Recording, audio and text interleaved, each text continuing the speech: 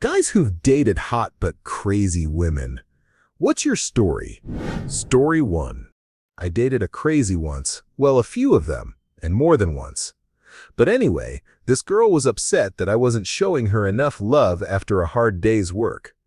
We had a few drinks, and there was a friend over playing Xbox. She wanted to take the conversation into the bedroom since she was starting to raise her voice. I went on to explain that although I don't expect a woman to cook or clean, it would be nice if the house was picked up once in a while, since I worked, and she didn't, when I get home and have to cook and clean as well. Excuse me if I am not showering you with kisses and I miss yous. She decided that she was losing the battle and reminded me that we had a guest who was unattended. I told her that I couldn't help but question her integrity. Now that she was losing, she suddenly wanted out of the conversation. She said she was leaving me, and I calmly assured her that I would be fine with that if she was going to act like such a child, then proceeded back to my drink and the game. She walked into the room, ripped the controller out of my hand, and said that we were going to talk about this. I calmly picked it up, plugged it back in, and continued playing nonchalantly. Keep in mind, this was the guest's Xbox. She then grabbed the whole system, literally ripped it out of the TV and the wall, and threw it across the living room, past the dining room, and into the kitchen. I once again calmly apologized to my friend, retrieved the game from the kitchen, and made an attempt to see if it still worked. In the meantime, she threw the following items at me: a laundry basket, a frying pan, several pieces of silverware, and the cat. It was after the cat clung to my back as it nearly whizzed by me at Mach 3 that I raised my voice slightly and asked if she was gone yet. As I was hooking the box back up, she proceeded to take her Barbie from Swan Lake porcelain music box off the entertainment center and chuck it full force at my head. She was just out of arm's reach. The music box exploded on my forehead. I could hear pieces whiz by my ears. I don't know why, but I didn't feel much, except a flood of wet and warm running down my face. I looked in the mirror and realized that the glass had struck directly between my eyes, just above the bridge of my nose. Half an inch to the left or right, and I would have been blinded.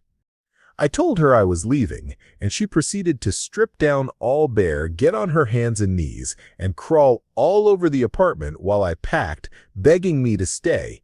I left regardless. Several hours later, and after dozens of incoming calls from her, I went back and stayed to experience even more levels of sickness and depravity this girl had to offer. She got even crazier. Edit Tid. I guess people want more, so here goes. This girl loved to fight, and I am quite a passive person, so I rarely obliged. One time she was picking a fight, so trivial I failed to remember what it was about. Anyway, she began calling me a worthless wussy for not arguing with her and proceeded to smash the coffee table with her pounding on it. This girl was 5'6" and weighed 110 pounds soaking wet. She proceeded to wield my acoustic guitar, the same guitar my parents gave me 10 years ago on my 10th birthday. My first guitar ever, the one that, after buying and selling over 30 different guitars, had stayed with me through thick and thin. She smashed it on the floor into a million bits and pieces. She then grabbed my authentic, autographed 8x10 Metallica photo and ripped it to shreds, along with its certificate of authenticity. I simply walked out. I devised a plan to get out as I knew she wouldn't let me leave easily. I went back and acted like nothing was wrong for a while. We drove to my hometown, about an hour away, and went to see my old softball team play. I knew I had some outstanding warrants in the state to the east of us. It's a whole other story. So while we were at the game, I told her I was going to the bathroom and walked across the street to the public restroom on the same property as the cop shop. I turned myself in, like I said, another story. A week later, after I was released on a signature bond, long story short, I ended up at an old buddy's place. I had nothing but the clothes on my back and nothing to lose, so I crashed at his place, and he loaned me some money to get some rags at the Goodwill. I didn't talk to her or let anyone back home know where I was, but somehow this crazy bish tracked me down and got my buddy's cell number. I hadn't even mentioned him the whole time we were together, and she had no idea where I went after the bathroom at the game. Anyway, now to the crazy sick part. She told me that she was pregnant. I told her I didn't buy it, and she proceeded to tell me that it was my baby, but that it was an ectopic pregnancy and had to be taken care of. I was in shambles. I am pro-choice, but I would have a difficult time giving up my child if it came down to it. Long story short, I took a bus home to comfort her.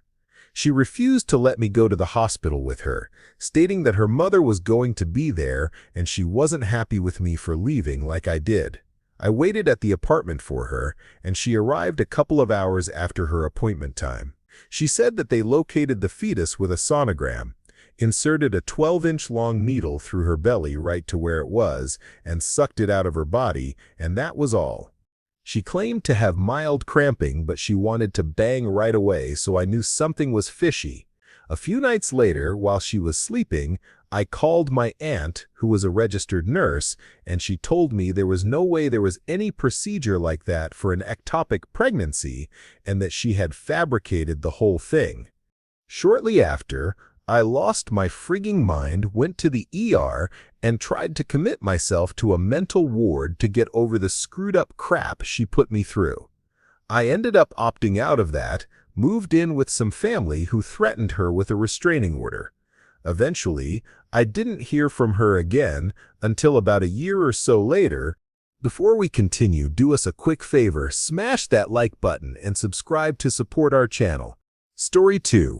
After I told her that I needed to go to several electronic stores for some hard-to-find parts for a term project that my diploma depended on, I spent a good 4 hours shopping and digging for what I needed. I came home, and my answering machine was almost full of progressively more angry messages. 30-minute tape. I called her back and reminded her that I told her I was parts hunting, and she snapped. I was lying, and she called every shop in town and gave them my description, and no one remembered seeing me. She then started in on the interrogation of where I actually was and whether I was cheating. There's more, but the point is established. Story 3. Complete emotional instability, ability to get enraged over trivial crap, jealousy of all previous relationship partners, suspicion over all forms of contact with females, constant need to know where you are and what you are doing, ability to throw out random accusations of infidelity for no reason. She also has no stability in life, but flutters from one life goal to another on a bi-weekly basis. She has a lot of motivation for these fleeting life goals, but only to the point of building wild ideas about it all without doing anything about it. A job is a temporary thing that lasts for only a few months at the time before rage quitting or getting fired. She will be controlling, she will be suspicious, she will be willing to accuse you of having an affair simply for having brought up the name of a female coworker more than 3 times in conversation, even if said female coworker is in her 60s. And you put up with that crap because she is ready, willing, and able to do things in bed you didn't even know was possible, and you definitely didn't know that they had a name. These are just aspects of the behavior of crazy in day-to-day life. The real fun begins when you decide that the relationship with crazy is too much to bear. That's when she develops self-offing tendencies. She will call you at all sorts of times, obsessively wanting you back. She will show up where you work, hoping that you cannot flee. At home, she will be destroying objects you have given her one moment, and the next, she will be commenting and liking pictures of you on Facebook. Taking things further to the extreme, this is when she starts showing up at your door at all times of day or night. Your mail will start disappearing, or firecrackers will be dropped in your mailbox, your tires will be slashed, and your car will be keyed. Pets might disappear. She will cling to whatever acquaintances she has made among your friends in an attempt to get to you. Your fellow acquaintances will learn that you have a small penis, weird fetishes, and is emotionally and physically abusive. She might be the one attempting to get a restraining order against you. She may report you for SAF. After realizing that you will not be coming back, she will be willing to walk through fire in order to make your life a living hell. At least until some other man, unaware of what he's heading into, thinks those fatal thoughts. How bad could it be? And then she will forget what she was doing and focus 100% on the new man in her life. Story 4. I once had a pretty fun relationship where after a year of dating, I decided we needed to split up. After being separated for about 4 months, I realized I was still in love with the girl, informed her of this, and we got back together. That night, we banged several times. One time we had the rubber accident, so the next day I went to a local pharmacy and got a morning after pill. She then told me that she'd been kinda seeing someone, so she needed to go to his place and tell him that we'd gotten back together and she couldn't see him anymore. I am a trusting guy, so I was okay with it. Now, I am not sure if you're familiar with how the morning after pill works, but basically, you take one, then another, exactly 12 hours later. She took the first one around noon, so the other one needed to be taken at midnight. Anyway, I left to go to a Muay Thai class, and she went to explain the situation to the guy she'd been seeing. I got out of class an hour and a half later and shot her a text asking if she wanted to get dinner later. No response. Whatever. I went and grabbed some food from my favorite Middle Eastern joint. Fast forward a couple more hours, and I still hadn't heard from her. It was around 10 p.m. at this point, and I had work in the morning. I definitely wanted to make sure she took the other pill. I called. No answer. I waited another hour and tried calling again. She answered, unbelievably drunk, barely able to form a coherent sentence, but said she went out with friends after talking to the guy and promised she would take the pill at midnight amidst her rambling. Whatever, I am still a trusting guy. If she wants to hang out with friends, she can hang out with friends. The next day, I tried contacting her several times. No dice. I finally heard from her around 5 p.m. She said she lost her purse along with the pill, but it's okay. She got another one. I was a little iffy about it, but whatever. I am still a trusting guy. A couple days later, her purse somehow turned up in the other dude's apartment. I questioned her about why it was there, since she claimed to have gone out with friends, and she came up with some half-assed excuse. Being a dummy, I accepted her excuse until a good friend of mine did some investigative work of his own. He filled me in that more went on at that party than I had known. I found out that what had started as dropping by to explain the situation to this guy had turned into a party where she proceeded to get obliterated and slept with him and some other random guy at the party in front of a bunch of people. Awesome. Apparently, the guy she was seeing was a drug user too. I booted her out of my life, got tested, and all was well. Other highlights from the relationship.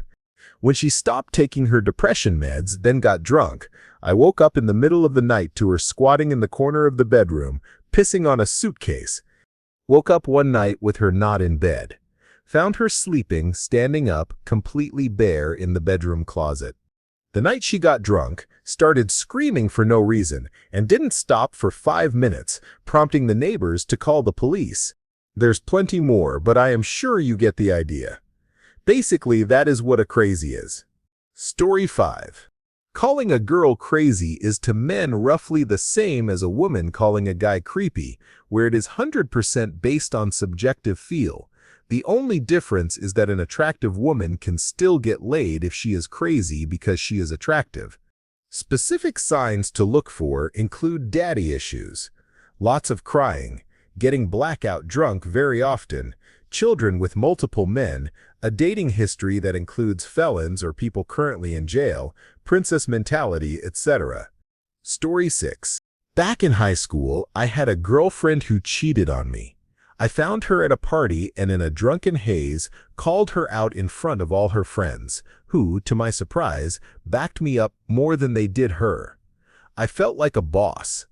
The next day, I found her car parked in front of my house. On closer inspection, I noticed my guitar in the back seat, along with some of my clothes and a bunch of my usual room gadgets. What the hell? I ran inside. My brother was on the couch, casually watching TV. "Oh, your girlfriend came by," he said. "I let her in. She went to your room. Are you aware she's robbing us?"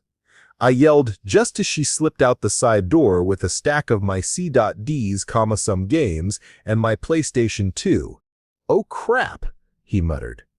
We ran outside, and my brother managed to snatch the P.S-2 right out of her hands. Des scattered and clattered to the ground around her. Thankfully, the P.S-2 was safe in his arms, but she still had my guitar and some other random stuff stashed in her car. She jumped into the driver's seat, locked the doors, and started the engine. Now, what I did next was probably the ballsiest and dumbest thing I've ever done. With a mad woman behind the wheel, I stood in front of the car, blocking her only exit off our street. "Give me my stuff back," I said. She revved the engine. "No, get out of the way." I didn't move. She crept forward until the car's bumper was pressing against my legs. I lowered my stance and grabbed the front bumper, no idea what I was thinking. Maybe I was bracing to get run over for a damn guitar and some clothes. She edged forward again, but I pushed back hard. From the look on her face behind the windshield, I could tell she finally understood I wasn't bluffing. Desperate, I started digging through my pockets, looking for anything. I didn't know what I'd find, or even what I'd do with whatever it was, but at that point, I was out of options. My brother, satisfied with saving the P.S-2, wasn't exactly stepping up. Then I felt it. Lucky Leatherman. My beloved multi-tool. I'd carried that thing for years. I pulled it out, flipped open the knife, and raised it. "Another inch," I warned, "and I slash your tires." For whatever reason, that's when she broke down sobbing. Then, thank God, she jumped out of the car. Through tears, she cried, "That's the Leatherman I gave you for Christmas." "Why, yes. Yes, it is." She started bargaining. "You can have all your crap back, but I want that gift back. That's mine." I seriously had to think a moment about it. Guitar, clothes, and random items, or my handy-dandy Leatherman, it was a tough choice. "Fine, take it. It's a worthless present anyway." She knew it was a lie. She emptied out her car of my possessions, received the Leatherman in return, and she finally left peacefully. The battle was hard fought and ended in a draw. It could have been much worse. But the war? I won that. The next day, I released the nudes. Story 7. I dated crazy once. It only takes one crazy to never do it again. She had been single for a few months after a 2-year relationship. I was into her quirky style and big chesticles. I knew what I was getting myself into, but raging hormones, I couldn't push a good layaway, still can't, and so I bit the bullet. Banging was phenomenal to say the least. Multiple times a day, and get this blowies whenever I wanted. Frigging awesome, I know. Anyhow, fast forward 2 months into our relationship, she started to really show her self-consciousness and depression. One day she came over ready for our date. She looked at herself in the mirror and she said she felt ugly and was going to go home. I chased after as she was leaving, and I grabbed her arm when she ignored me. Let me just say right now that I do not condone any violence against women in any way. I would never lay a hand on a girl. She keeps walking and I don't hear from her till the next day. Around noon the next day, I start getting calls and text messages from her ex-boyfriend, her punk friends, and some other a-holes threatening to kick the crap out of me for beating her. That bitch straight up told everyone that I was being physically abusive. None of her friends believed anything I had to say.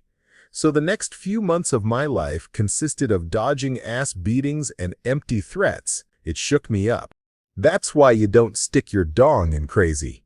Story 8. Oh, I have prepared for this question. Allow me to introduce the greater scale of crazy bitches. You see, crazy as it relates to the undesirable qualities in a woman manifests itself in paranoia and control. It's really a form of massive self-centralism. They believe that all things are about them, paranoia, and that they can exert full control over their environment. We believe crazy can be measured on a 10-point scale, with 1 being drop-dead data logical and 10 being completely delusional, living in a reality of her own logic, rules, and agents. A decently sane human being will sit from 4 to 6, with deviations on either side being perceived as off-kilter. People in the 1 to 3 range are too logical, cold, and may fail to perceive other human beings as autonomous agents deserving of consideration when they make their logical plans to fix problems. People in the 7 to 10 range are illogical, overly emotional, and may fail to perceive other human beings as autonomous agents, etc., etc.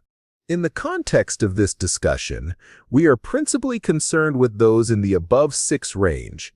To provide an understanding of the differentiations, I have provided an example to which each level of crazy would respond as follows. Example: you come home and inform your stay-at-home wife that your old high school crush is now your new secretary at work. Oh, Sally is your new secretary? That's great. I know she had a thing for you before, but I trust you and I am sure you'll be fine together.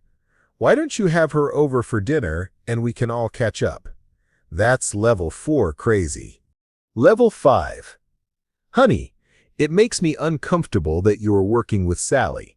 It seems like she's interested in you, and I worry all day that she might tempt you to do things you otherwise wouldn't. I trust you won't, but I wanted to share my concerns. Level 6. I'd prefer you to keep your relationship with Sally strictly professional. Please don't go to lunch or social events with her. Level 7. Don't talk to Sally anymore about your personal life. I said strictly professional, didn't I? You should be able to tell her everything you need by email. Also, I will need your email password. Level 8. Honey, you and Sally working together is making me very angry, and I won't be okay with you until you stop. Fire her. Get another job. I don't care, just stop working with her. Level 9. Honey, I called the office and let them know you won't be coming in until they terminate Sally. Level 10 crazy. You wake up tied up in the back of a SUV bumping along an unmarked country road. Your wife turns to you, smiling, and says, "Hi, honey. I offed Sally so she wouldn't keep trying to take you from me. I sold the house and bought the cutest little cabin in the mountains, so nobody will get between our love again. And honey, I wrote a letter to the police in your name confessing the crime, so you won't have to be tempted to go back into the city where those other bitches will try to get their hands on you. Love you." The real question, friends, is the crazy hot scale. What level of crazy would you endure for each level of hotness? Hotness divided by 2 plus 2 equals crazy. It's rounded up. In that case, a perfect 10 or a 9 on the hotness level could be level 7 crazy. A 7 or an 8 on the hotness level could be level 6 crazy, etc. Thoughts? Story 9. Girls who isolate you from your friends, tell you that you aren't good enough for them, and then stop taking birth control when they feel the relationship slipping away. These girls generally also cheat on you, sometimes even by making out with your best friend on the dance floor on your 6-month anniversary. When, after not taking their birth control, they get pregnant and terminate said pregnancy, they try to convince all of your friends that you forced them into having an abortion. The craziness amps up around this point when she tries to make your best friends her best friends and ultimately tries to turn them against you. Then she continues to show up at events she knows you will be at for the sake of causing total chaos. Oh, and gets really frigging angry when your friends tell her to F off. That would be my definition of a crazy bish. Story 10. I created a throwaway account after my roommate showed this to me to deliver to you a story of time. In the oddest of places, you meet the strangest people. I had no clue that by letting a girl use my phone to speak to a woman she knew her current boyfriend had been cheating on her with would lead me into a very crazy relationship. She stops me as I am going up the stairs in school one day and asks if I knew a girl named Herpa Derp, blah blah, thinks she's screwing my man, blah blah blah. Keep in mind this girl is about 4 feet 9 inches and I am 5 feet 8 inches, not to mention I am extremely attracted to short girls. So me being the helpful guy I am, said she could use my phone to call her as I didn't want to just give out a friend's number without said friend's permission. As for the girl who is the crazy, let's just call her Jax. After a long and drawn-out conversation on my phone between Jax and my friend, Jax's fears were confirmed. My friend had been sleeping with her boyfriend at the time. Safe to say she ended it with him soon after, but not before giving him one last chance. That alone should have been my cue that this girl was insane, as her boyfriend had cheated on her with multiple people, including a guy. I stayed in touch with Jax because I felt really bad for her, and she thanked me for it. I talked to her while she was in the hospital for something, and a couple of weeks later we were hanging out. That night, after we had talked for a few hours and played a few video games, it was time to sleep. She told me to sleep on the couch, but my brain had other plans and said, "Bro, invite her to bed, chance to score inimitable." So I did. As we were falling asleep, I slept in my boxers, don't care who's in my bed. I started to get a little excited. Suffice to say, we ended up banging the next morning when my roommate wasn't in the room. Then, for 3 weeks, nothing. We barely talked, just a few texts here and there, no hanging out, but I was into her literally and mentally. Then finally, while I was at work, she texted me saying she wanted to date me. I said yes, thinking I was finally getting what I wanted. Little did I know, I had no idea what I was getting into. The first red flag, a friend of mine comments something on my Facebook, just a simple, "Hey, what your plans next week? Haven't seen you in blah blah blah." My response, "Not doing much, busy on the weekend." Jax reads this, assumes I am ashamed of her for not saying I had plans with her specifically that weekend, and thinks I am sleeping with my friend. After numerous explanations, she lets it go. Second red flag. After we'd been dating for a month, she starts finding out about all my past endeavors, all the girls I'd been with, so on and so forth. She asks me why I never told her, and I said because it was in the past where it belonged. She flips out, "What do you mean? If you can't be honest with me about the past, you can't be honest with me about anything. Oh my God, I am so stupid for thinking you were different." She was mad I hadn't mentioned any of it, even though she'd never asked until that very moment. She got past it when I told her everything then, at least as much as I could remember. Third red flag. She automatically starts assuming I am sleeping with all of my female friends. She thinks I look at them differently, that she caught me doing it, that she just knows I am sleeping with them all over the internet or in person, since according to her, I've got hoes in different area codes. She thinks I've been trying to get back with exes, when none of that was true and I was totally and completely into her. That was definitely it for me, and I ended it abruptly after realizing how unhappy I had become over the past 5 months. After I ended it with her, I was done for a while. All along, she had told me she couldn't get pregnant, and then magically, 3 months after we broke up, she was. Yeah, definitely crazy there. Story 11. They seem normal enough at the start. They typically indulge in alcohol and love to party. They come off as happy all the time to convince you that is their typical demeanor.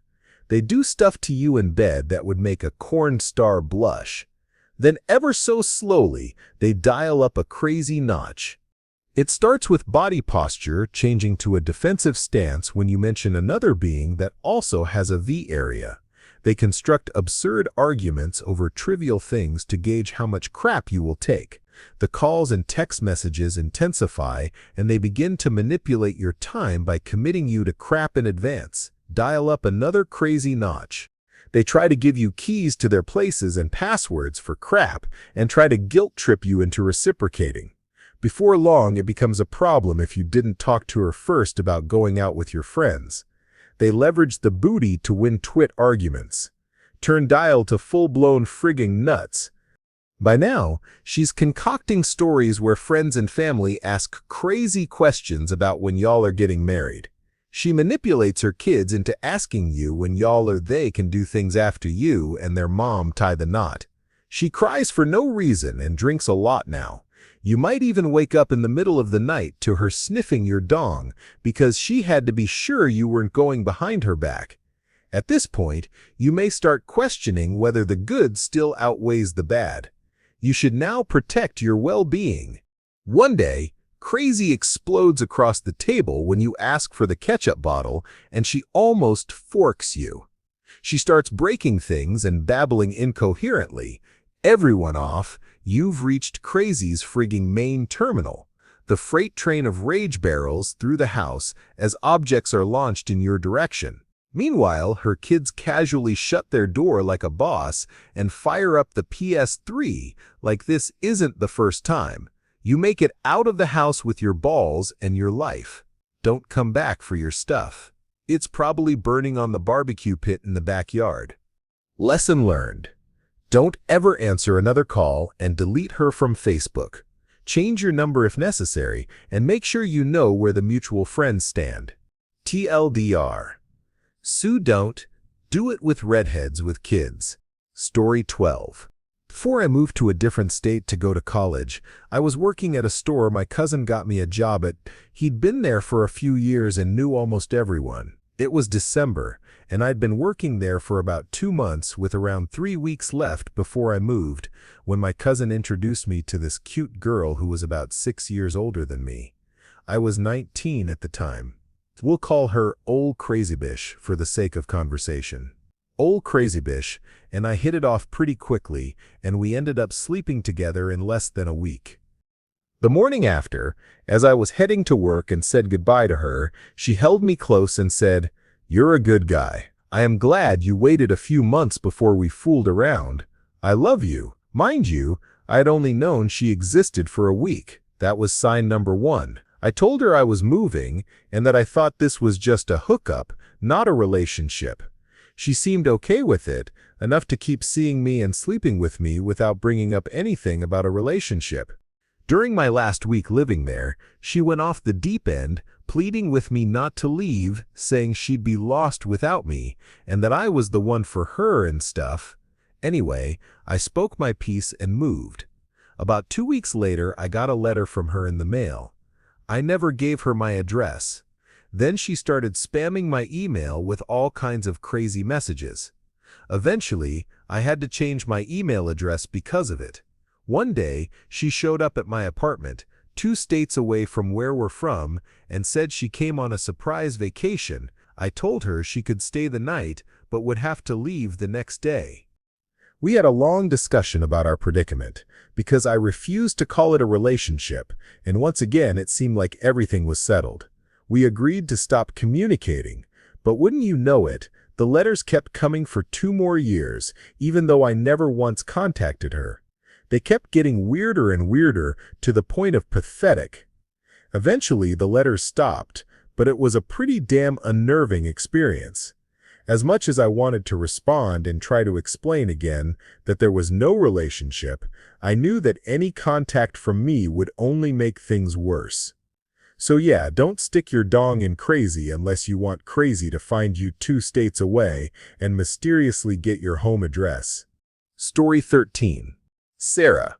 Her father was a Lutheran minister until his affairs caught up with him. He became a therapist after that. Her mother became a political feminist and was the state's president of Now. The two put up a battle between them, and Sarah was in the middle. Her father had custody and tried to keep her in school. Her mother would tell her she was too smart for school, and she didn't need it or should do homework. There was sabotaging going both ways. Her mother buys her a truck. The father trades the truck in for a compact car. Her mother had custody of her brother. The mother wanted to masculinize Sarah and feminize the brother. The brother ended up a feminist. She and her parents would control conversations by correcting people while they talked. She would correct sentence structure and word use while they talked. She would also correct people on pronunciation of words, such as the original French pronunciation of cities that had taken on local accents. Ever had a stranger make you repronounce the city you were born in until you got it right? She would get pissed and confrontational if she was treated like a stereotypical woman. If her car broke down and the mechanic addressed me with what he was going to do rather than her, she would go ballistic. She did not know how an engine worked and would still need me to explain to her what was said. So she had to go to night school to finish high school. She would tell people that she just fell through the cracks of education. She just wouldn't get off her ass. I pushed her to go to college. She was such a talented singer and smart enough to get a full scholarship. By the second week, she quit going to class. Didn't even sell back her books. I know because I packed her books around during her many moves. She had shelves full of books, most of which was for her poetry. She wrote one poem and I think it was plagiarized from several other poems. She would rewrite this poem on the first page of a new notebook and never touch another page in the notebook. She liked to write it down like she was writing it for the first time while hanging out at a coffee shop. She was manic lazy. She might do one thing, but do that one thing to excess. She ironed and folded fitted sheets. Even if it took 8 hours and she had to start over several times, she ironed and folded. She would place things just so and memorize the location. She would know if I changed socks while traveling by the organization of luggage. I set up her waterbed wrong, apparently. She drained it and set it up again 6 times in 6 months. Not one time was it moved in a way that I could tell. Any conversation was difficult. A compliment was taken as a lie, and a completely offhand remark would be analyzed for its potential subtle meaning. This was stored as evidence to be used against me at a later date. She invented controversy about every friend and family member and acquaintance. At every turn I was expected to push them away and get drawn closer to her. She would quit smoking until I quit. Then she would start again and light one for me as well. She lent me money and kept a ledger to the penny on what I owed. Every time she spent money and I could somehow take blame, it was added to the debt. If she bought groceries, I was stuck with half the bill. Same with any birth control, presents she bought me, tires for her truck while on the way to meet me, anything. I paid her off completely by the end, but she cleaned out everything. Anything we bought during the relationship became hers. For months after I had to cook hot dogs with a scorched fork over a gas burner for food in my unfurnished apartment. It was common for her to take swings at me. She woke from a bad dream and ripped my lip up pretty bad. Hugging her when she was upset was a sign I was trying to control her, but not consoling her was a sign I was going to dump her. Okay, so she was right about that one. We had just ended up hanging out one night after I closed my shop up. After that, she clung to me for 3 long years. The end came when I took her to a wedding. She was drug upstage to sing karaoke with some of the other girls. She pretended to reach for me as she was drug away. On stage, she looked like she was having a great time, after she proceeded to punch me in front of everyone for not rescuing her from having a good fun. Story 14. It's normally the ones that start talking about how much they are in love with you after the first date and begin to name your future children together on the second. Why did I go on a second date, you may ask? Because the banging was amazing. But a list of symptoms that I've encountered thus far: manic depressive episodes, violent aggressive tendencies, self-image issues leading to bulimia or anorexia, stalking, destruction of private property, calls at all hours of the night, sabotaging contraceptives, pyromania, threats of self-offing or homicide in an attempt to get one's way, constant accusations of cheating, sexual blackmail, delusions of love and sacrifice, emotionally abusive language, and excessive lip gloss. Story 15. Oh God, I can't believe how stressed out I became reading just a few of these posts. It just reminds me exactly how awful a relationship with a crazy girl can be. I tried a couple of times to express what problems I'd had, but it was quite hard to find the right way to convey the information, but I will try to summarize. The primary aspect of a crazy girl is her puerility. The crazy girl selfishly doesn't consider how her actions affect others and acts like a child in order to maintain control of situations. This includes tantrums, lying and deceitful behavior, double standards, encouraging self-doubt, accusations in order to reverse discussions, emotional manipulation, money control, denying touch or reciprocity, and I am not talking about banging here, I mean literal physical human contact, and also refusing to communicate, as in not responding to messages ever, never answering the phone or anything like that. I can guarantee that in my case, it wasn't a case of still growing up. I mean, we were in our late 20s at the time. Also, I think the term crazy girl is not a particularly useful or productive term because it treats a particular set of behaviors as ones that only girls have. Guys can, from my observations, easily be as awful, and crazy implies insanity, which it's not. Story 16. I never really thought girls were that crazy until I moved cities. For some reason, the girls where I live now are absolutely bat-crap insane. I am a girl myself, and these women are so wild that I only have male friends.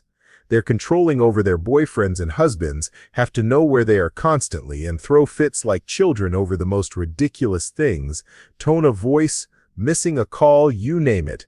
Some even get pregnant intentionally just to keep a guy around and then laugh about it with their friends.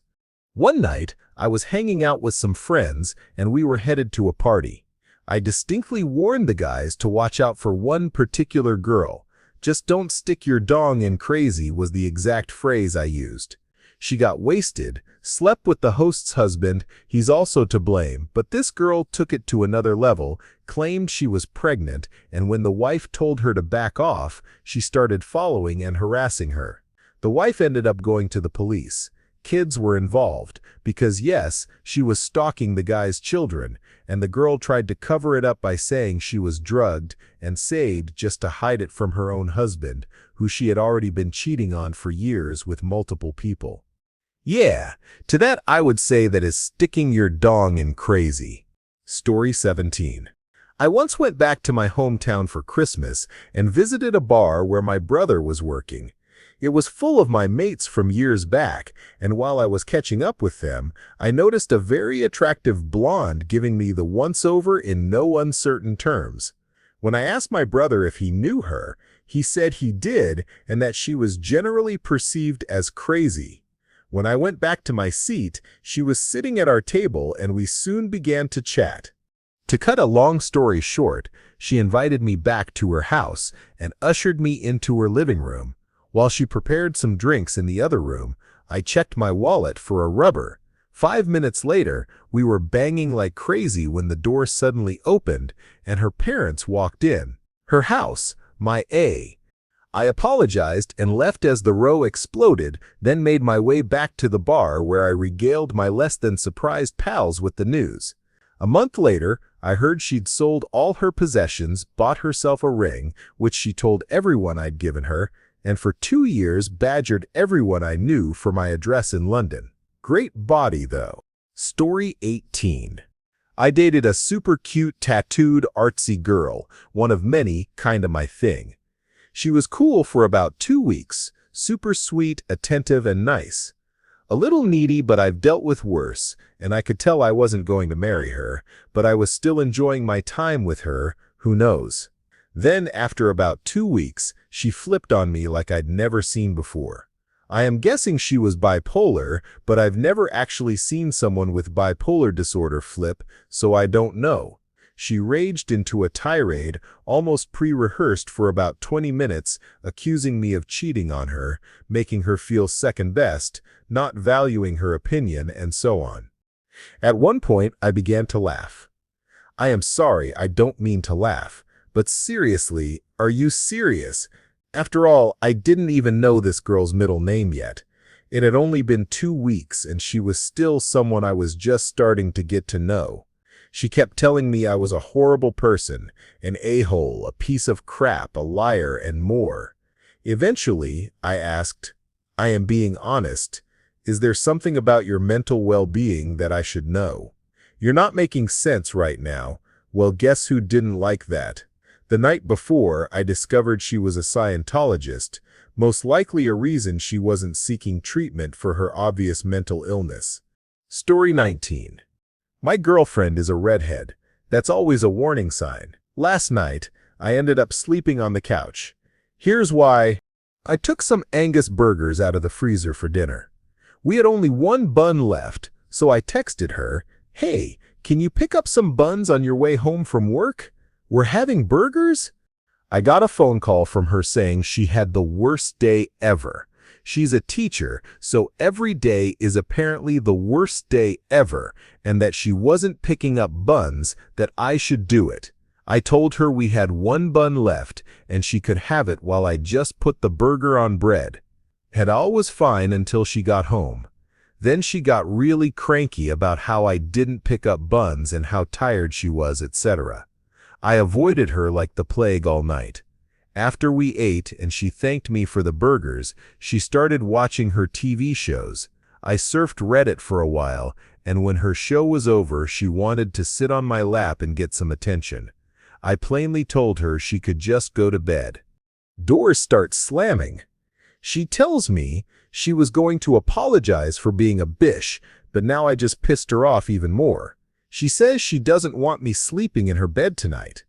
She's crazy. She flips out for no reason and can't let anything go. I'd leave her, but we're almost 4 years into this relationship, and we just signed a 1-year lease at this apartment. Story 20. I am the crazy girl. The guy really was cheating on me, according to all our mutual friends. He was my first everything. He never treated me with respect. I always felt like his dirty little secret, someone he'd forget about the moment he was at the airport. We broke up, and I didn't handle it well. I became almost exactly like the crazy girl described. I didn't trust him. I am sure I was seen as emotionally unstable, and I guarantee everyone he knows thinks I am the crazy, psychotic girl who couldn't let go. Having your heart ripped out by the first guy you ever loved will do that to you. And since I am the crazy girl that no guy should ever want, maybe it's for the best that I've been single for 2 years. I hated myself for being unable to control my emotions. I hated myself more than anyone will ever know because I did everything wrong, including loving the wrong man and becoming that crazy psycho woman a man can't get rid of. Never before that guy had I ever been like that. I guess us crazy girls are just meant to be alone and unloved, ditched at the first opportunity because of our weaknesses. Imagine what it's like to look yourself in the mirror and know you're the crazy ex, but be unable to change how you feel. To not be able to control yourself, to resist sending the emails, making the calls, to be hurt so deeply you feel like you're bleeding constantly. I am the crazy girl. Imagine how it feels to know that no guy would want to be with you. And no guy should, no guy deserves the crazy girl. But mind you, the wrong guy can turn any girl at least a little crazy, and then she gets labeled the crazy bish, the one whose stories are told. Thank you for watching. If you enjoyed this video, be sure to give it a thumbs up, subscribe, and hit the bell icon so you never miss an update.